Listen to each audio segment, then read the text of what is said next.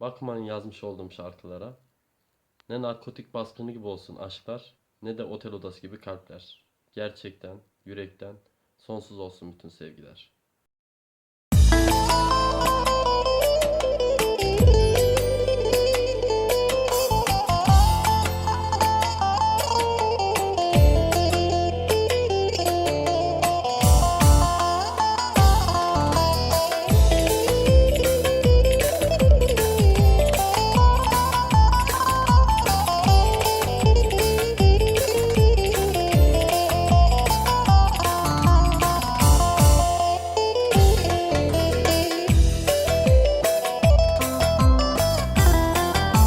Olmadı olamaz senden başkası, beynimin aynısı, kalbimin aynası, oldun bedenimin her bir parçası, hayatımın aşkısı. Olmadı olamaz senden başkası, beynimin aynısı, kalbimin aynası, oldun bedenimin her bir parçası, hayatımın aşkısı.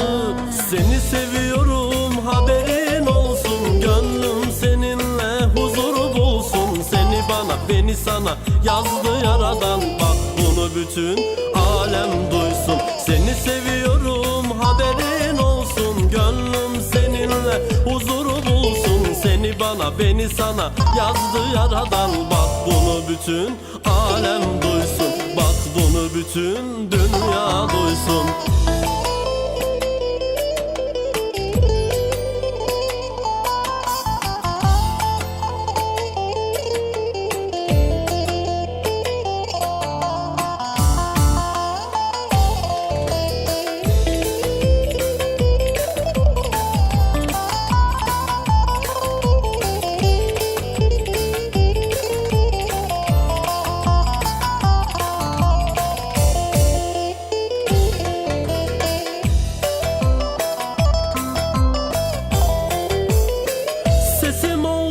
Nefesim oldun, ruhumu ısıtan güneşim oldun. Ömrümü gönlümü serdim yoluna, hayatımın aşkısı.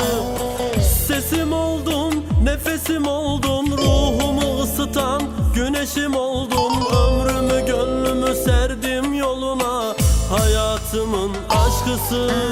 Seni seviyorum, haberin olsun, gönlüm seninle huzuru bulsun. Seni bana, beni sana yazdı yaradan, bak bunu bütün alem duysun. Seni seviyorum, haberin olsun, gönlüm seninle huzuru bulsun. Seni bana, beni sana yazdı yaradan, bak bunu bütün alem duysun. Seni seviyorum, haberin olsun, gönlüm seninle huzuru bulsun. Seni bana, beni sana yazdı yaradan, bak bunu bütün alem duysun.